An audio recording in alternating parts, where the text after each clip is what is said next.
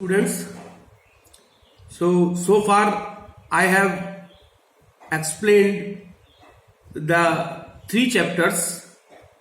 That is, first one was the physical world, the second was the units and measurements, and the third one was the motion in a straight line. And today I am going to start a new chapter, that is motion in a plane.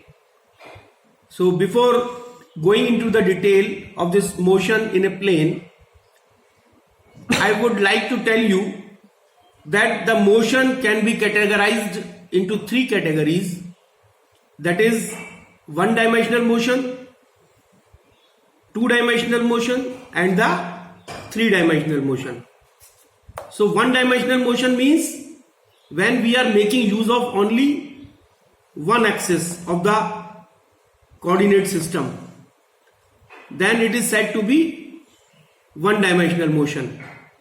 And in this one-dimensional motion, the motion of the body is along the x-axis, either in positive direction or in the negative direction. So this motion in a straight line is also known as the rectilinear motion or motion in a straight line, and the particle moves along the straight line. And the second one is motion in the two-dimensional motion. So this two-dimensional motion are those motions in which we are making use of two coordinate axes, that is x-axis and the y-axis.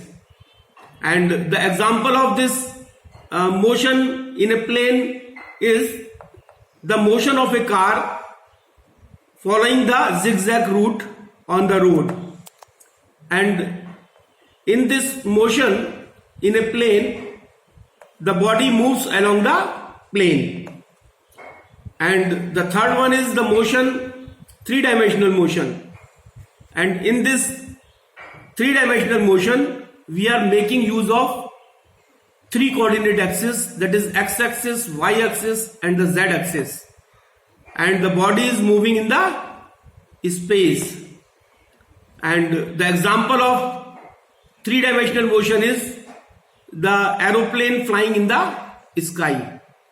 And the motion is along in the space. Now, before describing this motion in a plane, chapter 2, I would like to tell you two important things. That is the physical quantities. Physical quantities are categorized into two categories. That is, one is the scalar quantity and the other is the vector quantity. I have told you earlier that the scalar quantities are those quantities which have only magnitude and no direction. And the example of scalar quantities are the distance, the speed, the temperature, and the temperature. So these are the example of scalar quantities. And the vector quantities are those quantities which are having magnitude as well as the direction also. And the examples of vector quantities are the displacement, velocity, momentum, force, etc. Now, to denote or to describe the vector, we will use, there are two things, that is in case of vector. First is the magnitude and the other is the direction. Suppose A is any vector, then the magnitude is described with the capital letter A only. And if we describe the direction along with this vector, then vector A will be described as a capital letter A along with an arrow over the magnitude A. So this is the this is the method to describe the vector. So now coming to the next point, that is the position and the displacement vector. So to describe the motion of a body object in a plane, what we have, I have shown you in the figure that it is a coordinate system having, this is x-axis, this is y-axis. We have taken time along the x-axis and displacement along the y-axis. So now we have taken O as the origin, and let P and P dash be the position of an object. Suppose this P is the position of the object at time t, and P dash is the position of the object at time t dash. And suppose R is the position vector of the particle at point P, and R dash is the position vector of the object at point P dash. So now this OP can be represented by OP is equal to vector R, and OP dash is represented by the vector R dash. So now if the object moves from P to P dash, if the object moves P to P dash after time T to T dash, in the time interval from T to T dash, then what will happen? We know that the actual length of the path, the distance is defined as the actual length of the path covered by the body, and the displacement is defined as the shortest length of the path covered by the body. Now the displacement vector, suppose we are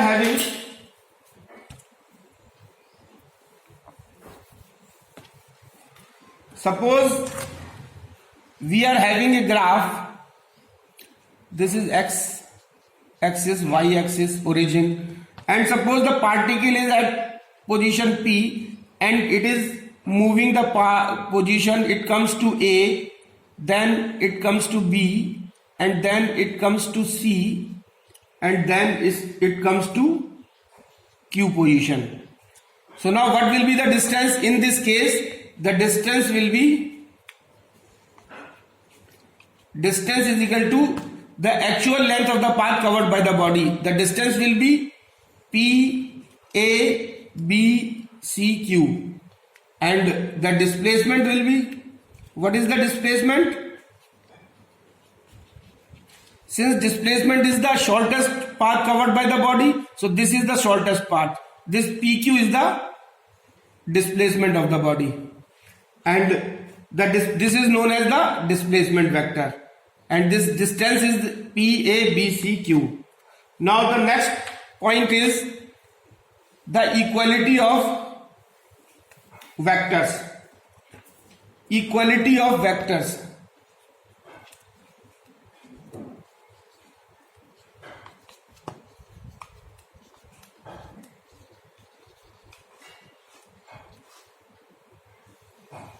Equality of vectors. Two vectors A and B. Suppose A and B are two vectors and they are said to be equal if and only if they have the same magnitude and the same direction. दो vectors A और B को equal हम तब कहेंगे जब when they are having the same magnitude and the same direction. Suppose this is OP,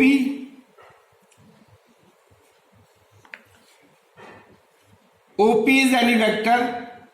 Suppose this is A vector shown by OP and this is QS, this is B vector. Then A is said to be, then vector A is said to be equal to vector B because they are having the same magnitude and same direction. And if the vector A is denoted by O dash P dash, this is O dash, this is P dash, this is vector A dash, and they are having if this is OS dash and vector is B dash. So here the magnitude of OP of vector A is equal to vector B. Here the magnitude is equal the magnitude of vector A is A dash is equal to magnitude of vector B dash, but the direction is different. So we can write as A dash vector is not equal to vector B dash. So this is the equality of the vectors. Now multiplication of vector by real numbers. Multiplication of vector by real number. Multiplication of vectors by real numbers.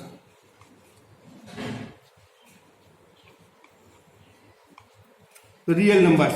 Now multiplying a vector A with a positive number lambda. So suppose A is a vector and if we multiply this by lambda, gives a vector whose magnitude is changed but the factor lambda, the magnitude is changed by the factor lambda but the direction is same. So lambda A, the direction of the lambda A, so there is a, if we multiply this vector A by lambda, this will give lambda A. So here the magnitude of vector A is changed by lambda A by the factor lambda, but the direction is same. For example, if A is a vector, on multiplying by lambda, it gives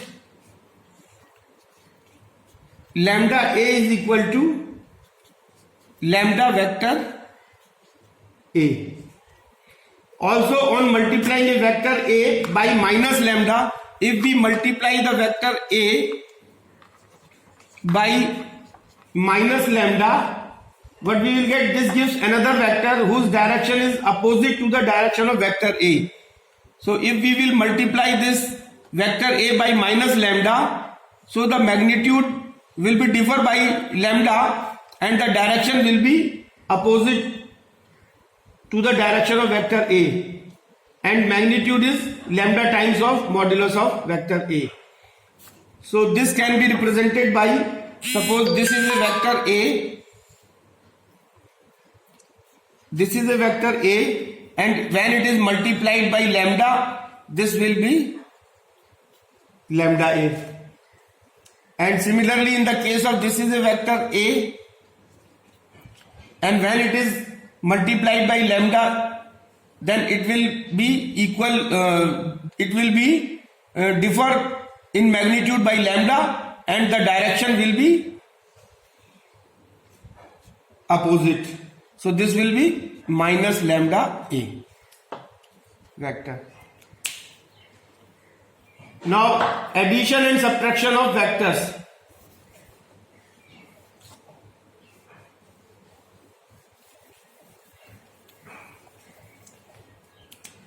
Addition and subtraction of vector. Addition and subtraction of vectors. Now addition and subtraction of vector. Suppose there are two vectors A and B. Suppose we are having two vectors A and B and they lie in the same plane.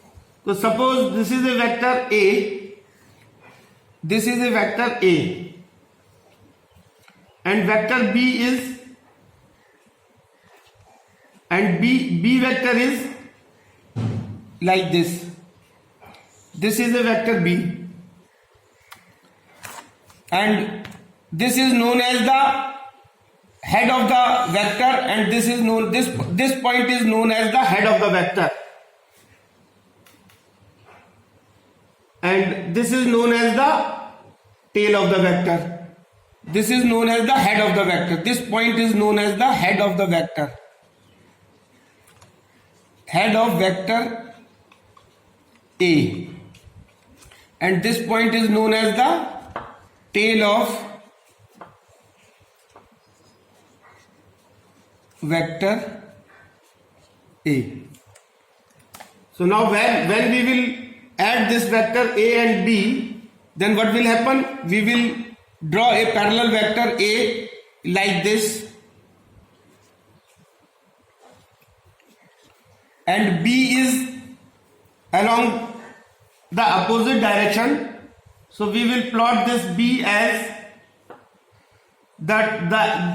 here the vectors are arranged head to tail, and here the vectors will be arranged head to tail, head to tail, or the head of the vector A will meet the tail of the vector B. So now we have plotted this vector A as the direction of vector A, and the B, the tail of the vector B will be over here, and this will be like this. This is the vector B, and the resultant will be this A plus B. So this resultant R vector will be vector A plus vector B. So here the vectors are arranged as head to tail, and the head of the one vector will meet the tail of the other vector. This graphical method is called the head to tail method. This is known as head to tail method. Since there are two vectors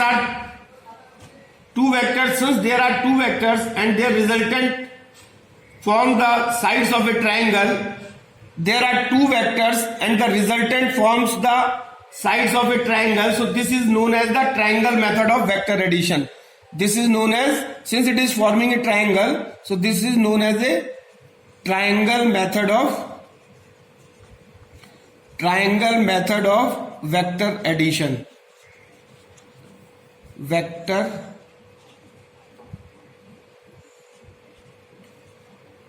addition.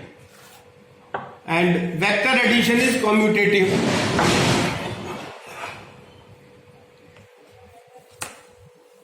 The property of vector is vector addition is commutative.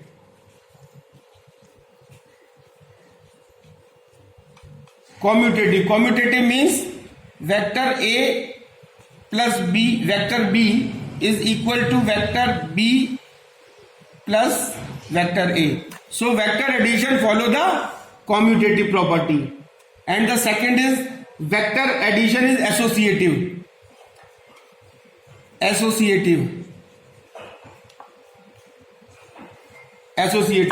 So if there are three vectors, vector A, vector B and vector C, then A plus B, vector A plus vector A plus B plus vector C will be equal to vector A plus B plus C. So vector addition is commutative. That means vector A plus vector B is equal to vector B plus vector A, and vector addition is associative. That is vector A plus B within brackets plus vector C is equal to vector A plus vector B plus C within brackets. Now the null vector or zero vector. So null vector or zero vector.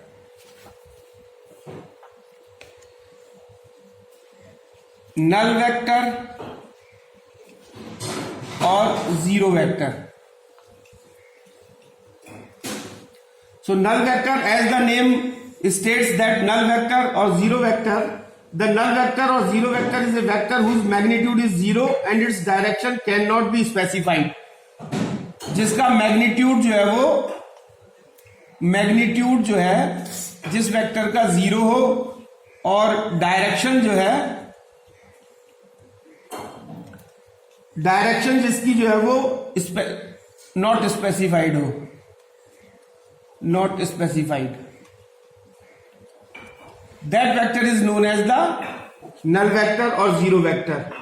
So vector A minus vector A is equal to 0, and the modulus of 0 is means 0, and vector A plus 0 is equal to vector A, and lambda into 0 vector is equal to 0. And example, if we take the example when an object which is at P at time t and moves to P dash at time t dash and then comes back to P, since these the initial and the final position coincides, the displacement is a null vector. So the example of this null vector is that when an object which is at P, suppose an object is at P position and at time t, and when it moves to P dash,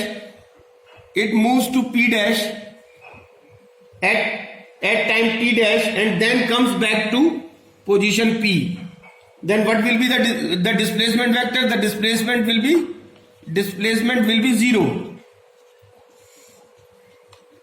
because the initial and final position is the same. So this displacement is equal to 0. So this displacement in this case is said to be the null vector or the zero vector. Now similarly, in the case of the subtraction of the vector, as in the case of addition, we have the subtraction of vectors.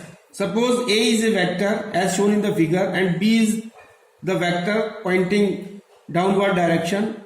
So now when B is the vector pointing downward, then minus B will be pointing upward. So if we calculate or subtract the vector B from vector A, then A minus B will be, suppose this is the vector A, we have plotted as the direction shown in the figure of vector A, and B, since we have to subtract the vector B from vector A, then we will put the vector B along this, the head of the vector A will meet the tail of the vector B, and the resultant will be R is equal to A minus B. So this will be the subtraction of the vectors. Now coming to the resolution of the vectors. So it is convenient to resolve a general vector along the axis of a rectangular coordinate system using vectors of unit magnitude, that is unit vector. A unit vector is defined as the vector having unit magnitude and points in a particular direction. So this is a unit vector, and